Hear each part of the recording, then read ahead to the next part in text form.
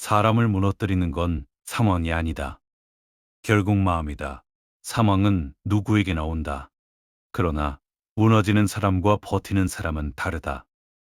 같은 실직을 당해도 어떤 사람은 다시 일어서고 어떤 사람은 그 자리에서 멈춘다.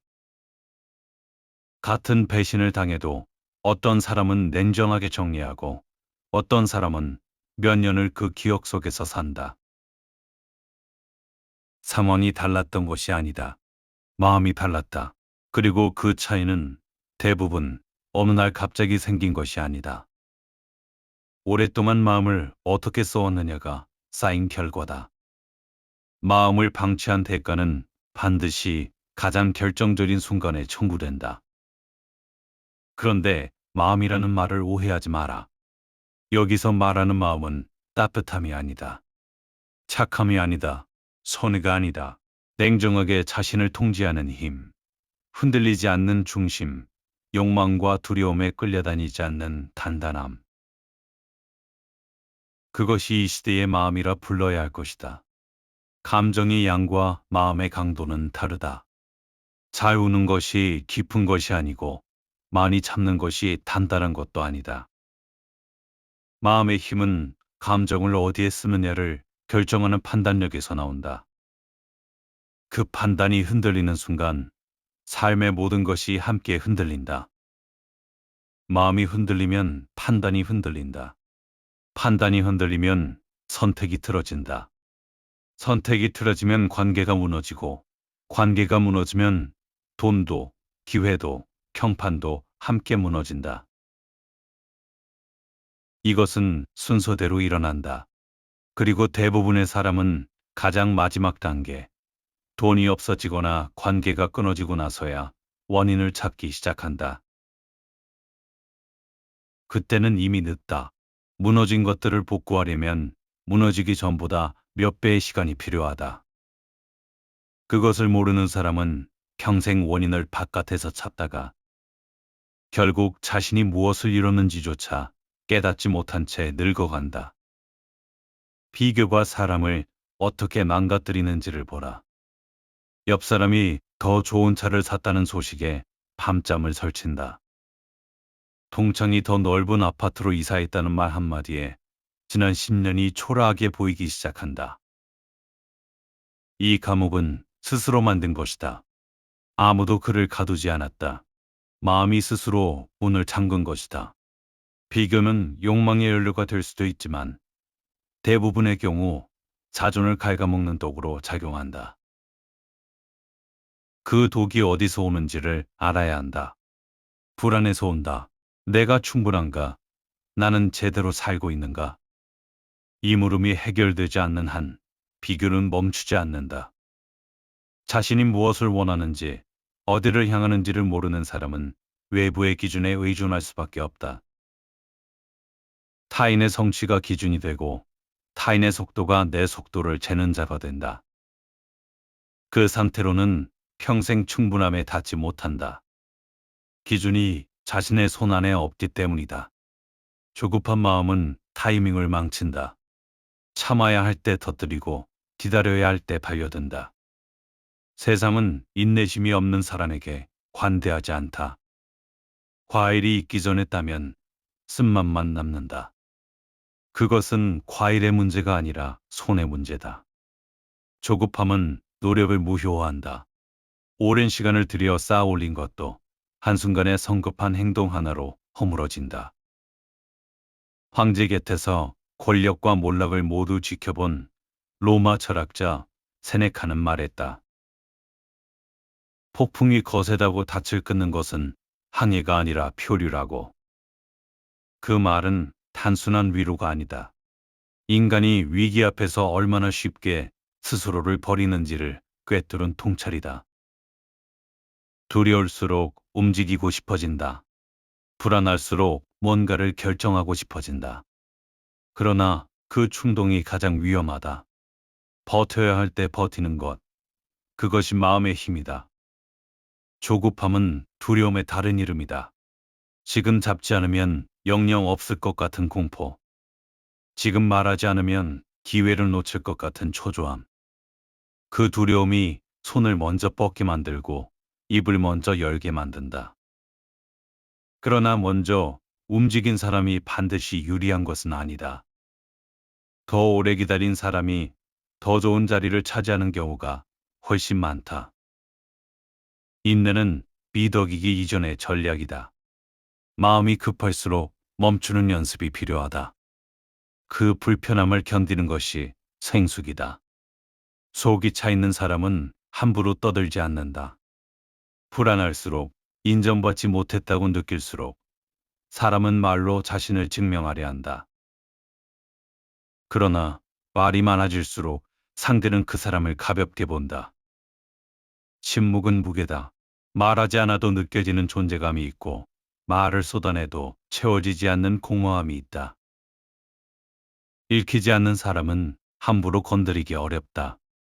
그것이 현실이다. 말이 많은 사람은 협상에서도 진다.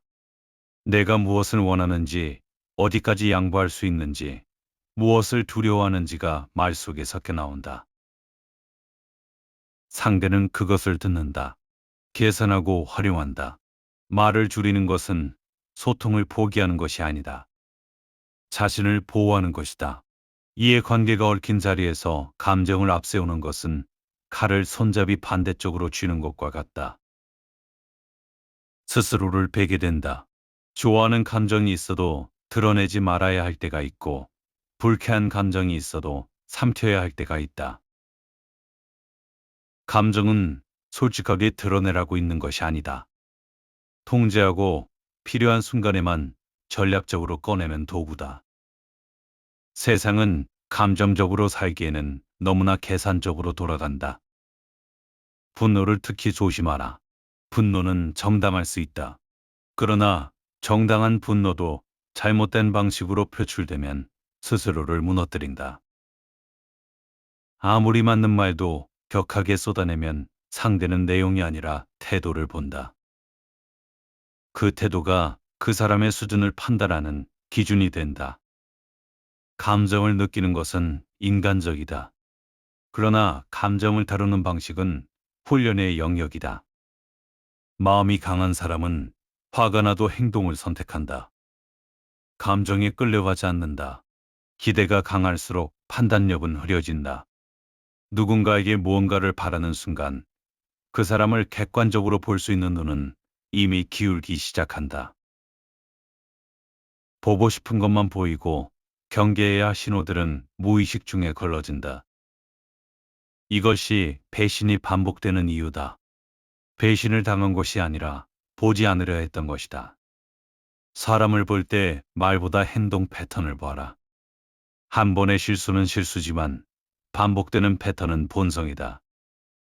이득이 생길 때만 연락이 오는 사람, 내가 힘들 때 사라지는 사람, 유리할 때만 친절하고 불리해지면 태도가 달라지는 사람. 그 패턴이 보이면 그것이 그 사람의 진짜 모습이다. 마음이 명확한 사람은 그 패턴을 빠르게 읽는다. 그리고 조용히 거리를 조정한다. 노후를 두려워하는 사람들이 있다. 돈이 없어서가 아니다. 마음이 없어서다. 나이가 들수록 사람들은 곁을 떠난다. 자녀는 자신의 삶을 산다. 친구는 줄어든다. 직장도, 역할도, 사회적 존재감도 희미해진다. 그 빈자리를 채울 수 있는 것은 마음의 밀도뿐이다. 스스로와 오래 견딜 수 있는 내면의 두께. 혼자 있는 시간을 불안으로 채우지 않고 고독을 견디는 힘으로 바꾸는 것. 그 훈련 없이 나이만 먹으면 늙는 것이 아니라 무너지는 것이다. 자산이 쌓여도 밤마다 허전한 사람들이 있다. 그 허전함의 정체를 정직하게 들여다봐야 한다. 그것은 대부분 관계의 부재가 아니다. 바쁘게 살면서 성취를 쫓으면서 타인의 시선에 맞추면서 살다 보면 어느 순간 자신이 무엇을 원하는지조차 모르는 상태가 된다. 외부가 요구하는 사람으로만 살아온 대가다. 그 상태에서 얻어진 성공은 채워지지 않는다. 마음을 잃어버린 채로 쌓아 올린 것들은 결국 자신의 것이 아니기 때문이다. 형판은 의도로 만들어지지 않는다. 일관성이 만든다. 이득 앞에서 원칙이 흔들리는 사람, 유리할 때만 친절하고 불리해지면 태도가 달라지는 사람은 결국 읽힌다. 시간이 걸릴 뿐이다. 세상은 생각보다 촘촘하게 연결되어 있고 사람들은 생각보다 예민하게 관찰한다. 진짜 편파는 아무도 보지 않는다고 생각할 때의 행동에서 나온다. 마음이 단단한 사람은 그것을 안다. 그래서 사람이 없을 때도 흐트러지지 않는다. 약점을 드러내는 것에 대해 말하자. 세상은 약점을 보이면 위로해 주는 것이 아니다. 이해관계가 얽힌 자리에서 약점은 정보가 된다. 정보는 언젠가 쓰인다. 내가 어디를 두려워하는지, 무엇에 흔들리는지를 아는 사람은 그것을 활용할 준비가 되어 있다. 그것이 악의가 아닐 수도 있다. 그냥 인간의 본성이다. 자신의 약점을 정확히 아는 것과 그것을 드러내는 것은 전혀 다른 일이다. 스스로를 모르면 타인에게 쉽게 읽히고 읽히면 끌려간다. 그러나 자신의 취약한 곳을 정확히 아는 사람은 그것을 단단하게 감싸는 법도 안다. 철갑은 상처가 없는 곳에 입히는 것이 아니다. 가장 아픈 곳에 입히는 것이다. 아픔을 감추지 않아도 된다. 다만 아무에게나 꺼내지 마라. 그 구분이 삶을 지킨다. 기대를 현실 위에 세워라. 완산 위에 올려놓은 지대는 흉기가 된다. 세상이 당신에게 친절해야 할 이유는 없다. 조직이 당신의 헌신을 기억해야 할 이유도 없다. 나이가 들수록 그 냉정함은 더 선명해진다. 기회는 줄어들고 체력은 떨어지고 사회는 더 빠르게 돌아간다. 그 사실을 받아들이는 속도가 삶의 질을 결정한다. 거부하는 사람은 막연한 가능성 앞에서 실제적인 선택을 미루다가 어느 순간 선택지 자체가 사라진 것을 발견한다. 현실을 빠르게 받아들이는 사람만이 그 안에서 움직일 수 있다. 어떤 관계에서 계속 소모되고 있다면 그것은 신호다.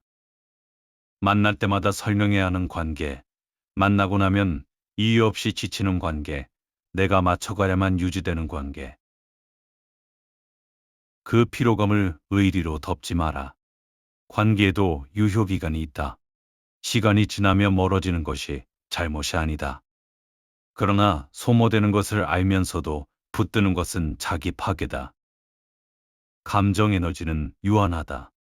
쓸데없는 관계에서 소진되고 해결되지 않는 갈등에 소진된 감정은 회복이 더디다. 그 에너지를 지켰다면 더 중요한 것에 쏟을 수 있었다.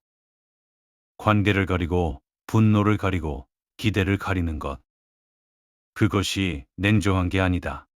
살아남는 방식이다. 마지막으로 이것을 기억하라. 마음이 문제라는 말은 탓이 아니다. 가장 현실적인 처방이다. 세상을 탓해봐야 세상은 바뀌지 않는다. 사람을 탓해봐야 사람은 변하지 않는다.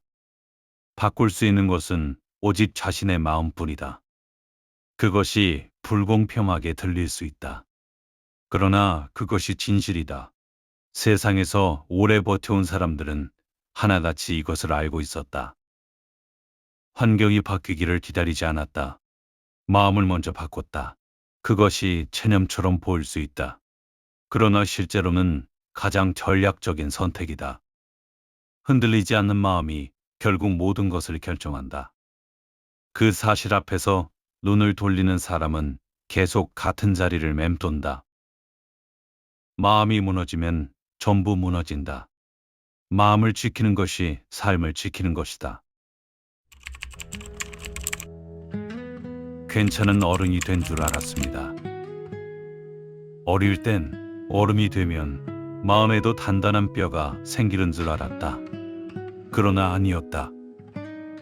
다 큰 사람들도 아무 일 없는 얼굴을 하고 무너진 마음 하나 품은 채 하루를 버티고 있었다.